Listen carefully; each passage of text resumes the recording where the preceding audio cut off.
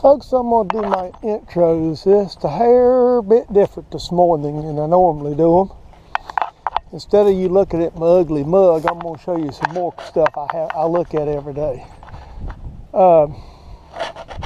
We don't live that far in Kings Mountain. You're going to see some of my entries change a slight bit without giving away too much of photographs. Of course, you could probably do a Google Earth and see where I'm at, but bottom line is that first shot is my uncle's house and where a lot of the dairy is that his sons run. The other parts of it, I've shown pieces of it. You see, this is right beside my building, and I'll kind of, let me just turn around just a second, and if none of you have ever seen a silage pit, I'm going to show you an empty silage pit. And we're kind of going through, I really would have went around the other way, but I didn't. I seen my cousin coming up. I don't know if he'd be real keen. They're real protective sometimes. A lot of city people don't understand what they do. So this is what we're going to be looking at. This is an empty silage pit. The one right beside of it is a one they're feeding out of. They got 3 more that's back that way. And again, this is right beside the house. And then they're still milking this morning or finishing up. Usually on Sundays they milk their hired help. They give them off. They're usually off on Sunday. So this is a Sunday morning. My video productions is getting a little slow because of the amount of work I've been doing. I'm going to cut this off for a second. I'm going to walk in the building and I will kind of show you what we're doing and explain what today this video is going to be about. I was going to show you the machining, but my battery ran out when I come down here. So what you're seeing right there in there, and I'll try to get you a little closer. We're over on the welding table to try to take some of the lights out of it. This is going to be the tops of the tool holders that I'm fixing to cut down.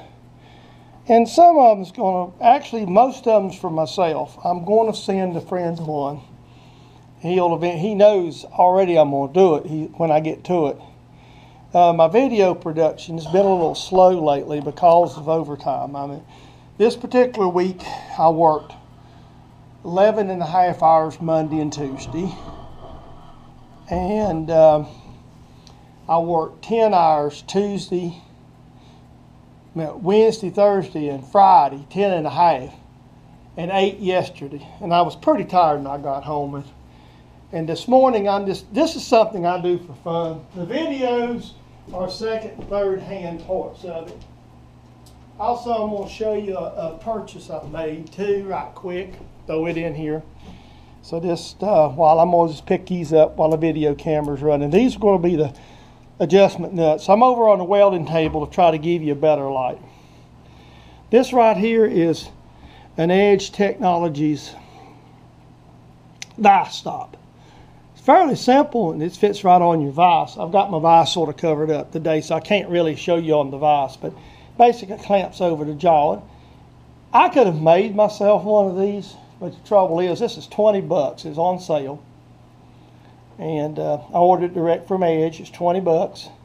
Clips right over the vise. You can adjust the edges. And it's something simple where you can make, even though they got it patented. Obviously, if you're going to make it for yourself, you really wouldn't have a problem with patent infringement. But I'm not going to, I just don't have time. I'm working too much. And I've got another project come up. Well, it's not a complicated project, but it's one that it's a favor I've got to do for a couple of fellow YouTubers that's done me a favor. So when we start on that project, I'll give you a shot of it. So that's where we at on this, and I'm going to set you up on the lathe and let you see what I'm doing right now. Okay, what you see in here, and I'm going to go ahead and start the lathe, is basically a piece of knurling. This is going to be the jam nuts for the tools. I've already made one cut, and I'm fixing to make another cut. And what I'm going to do is I'm going to cut these, just basically, to again, this is not a precision deal. As you notice, this is one of my modified C&M tool holders that you see me make. I really like these. I mean, what it is, and I'll explain this a lot, the advantage of using these tool holders is fairly simple. It's just economics. You can buy the inserts online at eBay or somebody like that so much for about the same price as you can buy the small ones. You know, if you watch other people's videos, you know I've sent a few fellow YouTubers some. And this is not, again, got to be precise. All I'm trying to do is get this close enough for it's good enough. All I'm doing here is I'm going to just make sure this is a little smaller than the, that's still not quite small enough. I thought it was. I'm going to make this small enough. All I'm doing with these is going to be like a washer. 580. And we're about 20 over that. So I don't care if it's a little. What I want to do is I'm going to, when I make the tool holders, when you see the tool holders, when you see me making them,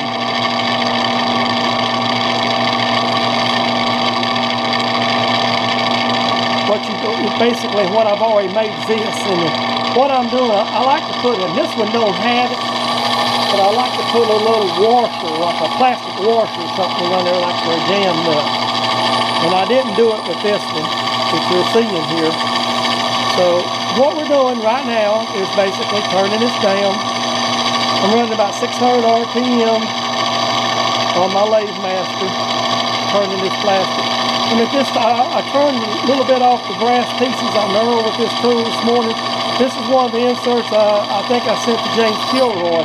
You've seen his about his power feed. He's giving me a shout out. This is one of the, and if James is watching my video, I'll look right quick because he said it was a Kennametal, but it was I didn't put it on there because I have horrible handwriting, James. If you see my video, that insert that you said was a positive negative, this is what it is. It's a Mitsubishi UE61110. It's a steel grade, and this is the insert that I sent you. So that's if you happen to be watching this video later on, that's the grade I sent you, buddy. Now all we're going to do now is we're going to actually go in here, and it's already got a hole in it from where I made something else out of the piece of knurling, so I don't need to drill a center. So all we're going to do here is just back off, and I'm going to get this sort of out of the way, and we're going to run a hole. We're going to run this hole through this through hole through it.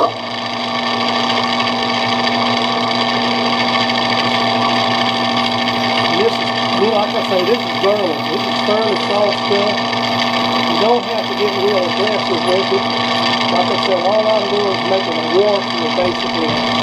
All of these are going to be a little washer, jam washer for the tool holder.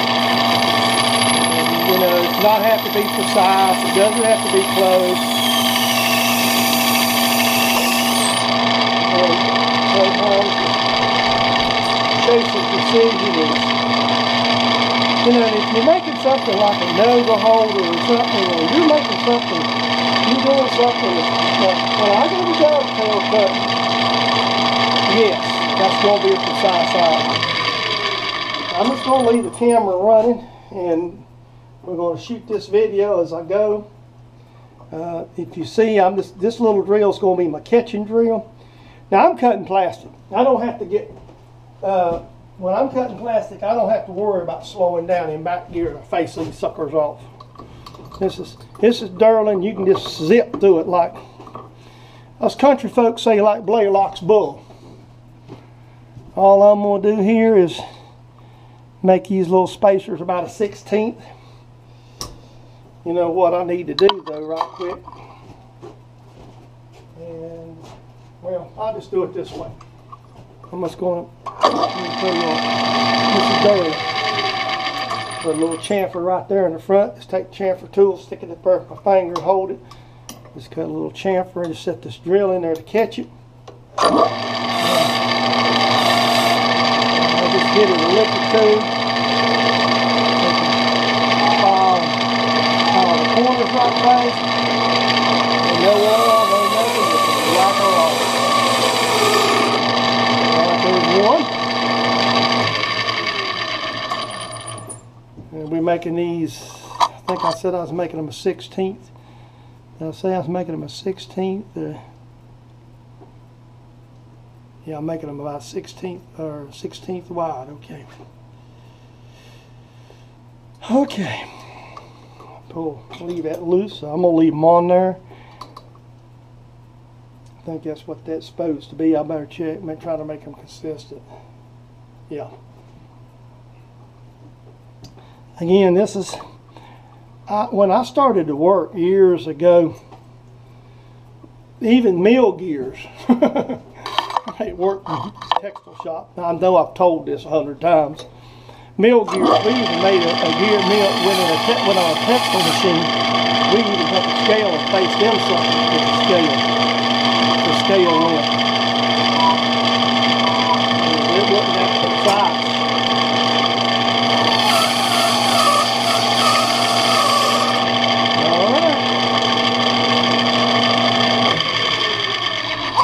All I need is about 7 of these. That one's a little thinner. I'm gonna step that up. I want a little more thickness to them. I might have to cut me a couple extra. That's fine, but I think they need to be a little more than about I think I've done them all. I know what I've done. Okay. I want a little bit of thickness. Oh, yeah, I forgot to do it.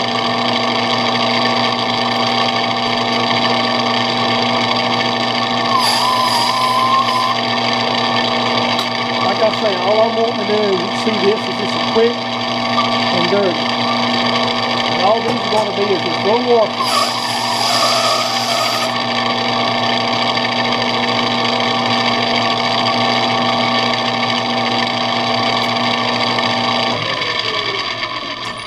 Like I said, this is Durling, so it's not no tough stuff to machine.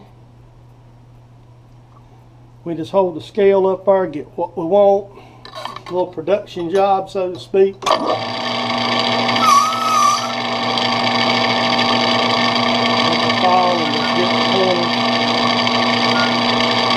notice I'm right-handed, but you notice I hold my files left.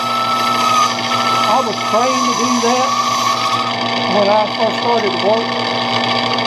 And that was before Uncle Joe Eaton got a hold of me. Uncle Joe Eaton and the transmissions. That's what I do for a living now, working in transmission. We make transmission parts, so you kind of stay busy. The one thing they're not afraid of is taking over things. They don't mind it. Never have minded it. A lot of companies will go blind amount of overtime that they pay for. And most of our whole department, I've actually waited on work most of the week. Furnaces, heat treatment. Let's see how many of these I got here. I'm gonna have to do 2, 3. Don't need, but that one's too thin. That's just a goof up. I got 4. Whoa, dropped one. I got 4, need 3 more. And we'll just knock these 3 out while we got the camera running. I'm not trying to bore you in this, so you know. A lot of home shop guys, or a lot of guys, they just, you know, and I'm not trying to bore you, just give you a little bit of machinery. This is simple stuff.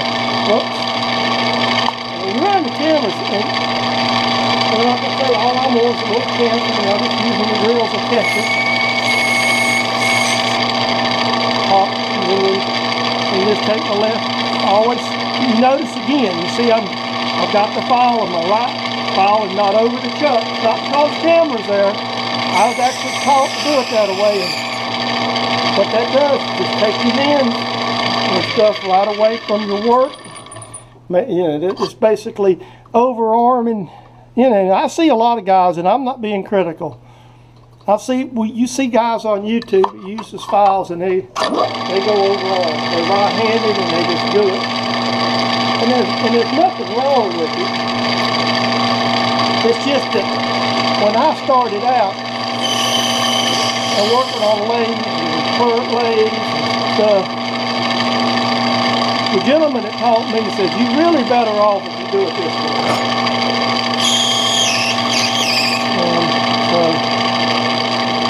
And it was pretty good for him. And sometimes I forget, but I try to remember when I'm down here to do it this way. And there we go. All right. And there it is. That last one of the one.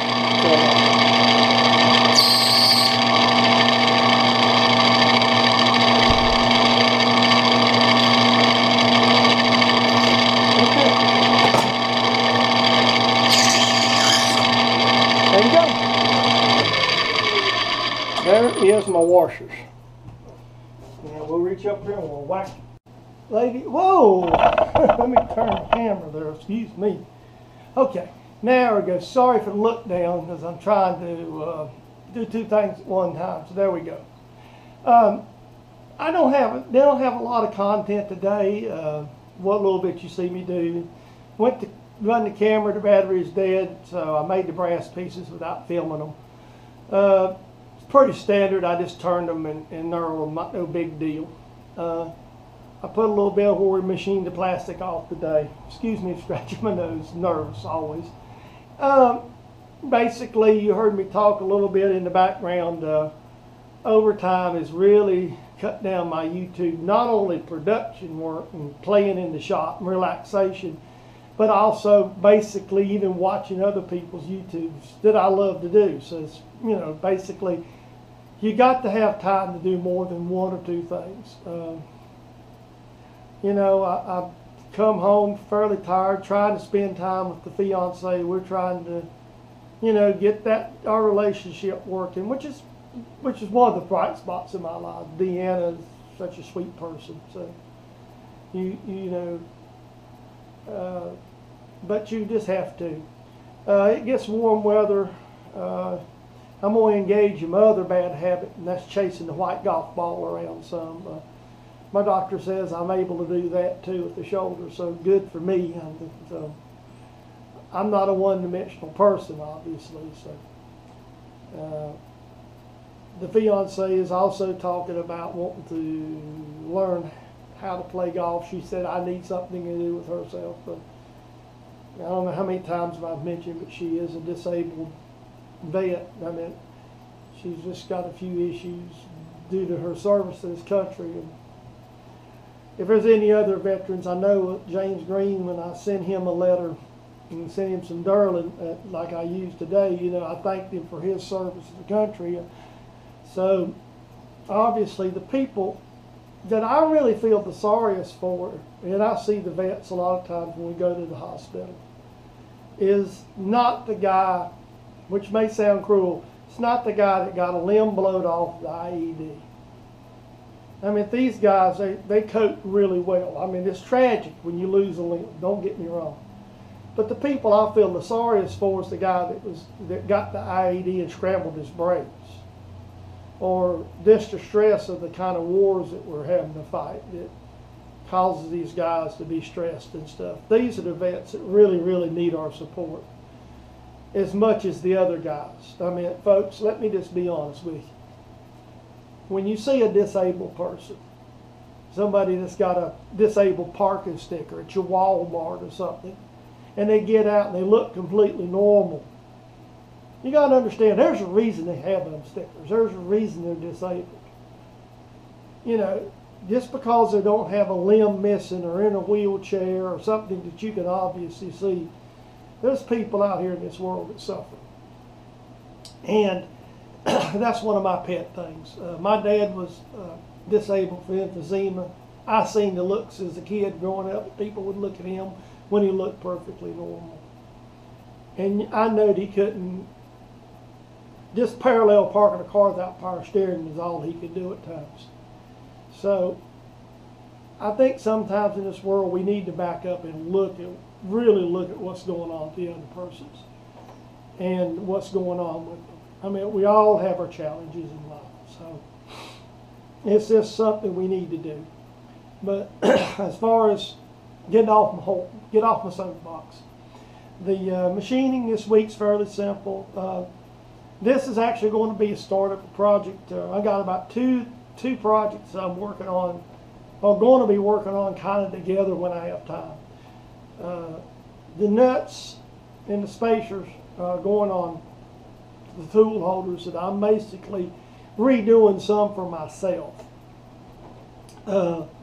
because I wasn't satisfied with how I had mine cut down. I want more of them cut down like you see the tool I use today. And one's going to be a gift for a fellow YouTuber that's, I want somebody, a third party opinion, and let them somebody else try what I'm doing and see how they like it. It works well for me, but then it's my pet project, so I'm going to send one to him, and hopefully he'll give it a good test and good review. But one of the things that I want to remind people of on these tools, and I've said it before, my lathe won't cut but so much. It's only got so much power. I can put that 432 in there, or 433, and I'm not going to cut no more with it than I will the small tools that'll fit right in the holders. It's a matter of economics. You can get the inserts cheaper or get more value out of the inserts. And two, I have occasion to get a hold of those inserts a lot easier, just not necessarily getting them by crooked ways. Most of the time I get them, there's some reason that they want to not use them. They're bad either. There's something newer or greater on the horizon, and they've been laying in a storage area for a long time, and it's just easier to hand them to somebody if they can use them. Or tool reps come in, they try stuff out, or they have stuff that they carry around and try out, and they may just have so much of it they need to get rid of it. And sometimes, that's another way I usually can get stuff. So either way works fine. I mean, and the third thing is, like I said, you can go on eBay and find these. Basically, that's the same thing. Most of the inserts you see on eBay are stuff that somebody has bought out from a company that's went out of business and trying to resell them, or obsolete stuff. Obsolete, which meaning there's a later and greater and better grade out there. And for the home shop guys, or the guys that's not trying to make a living and not trying to push their machines up to the max to remove as much metal as they can, it's another great resource. So that's the reason you see what I've done. So I'm going to let you go today. We're going to try to get this thing together sometime today.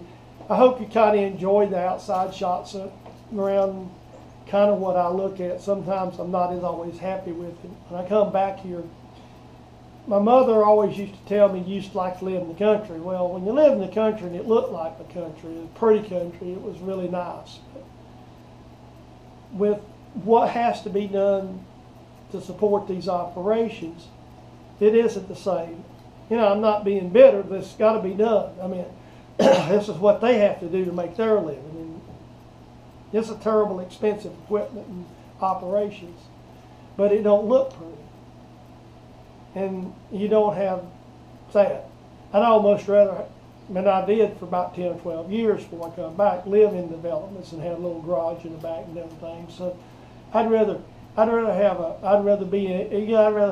quarter-acre lot in development where you got people that keeps neat yards and grass cut, and have my building in the back, which you can keep clean and not looking so bad out the outside world is sometimes what we face. So, but it is what it is.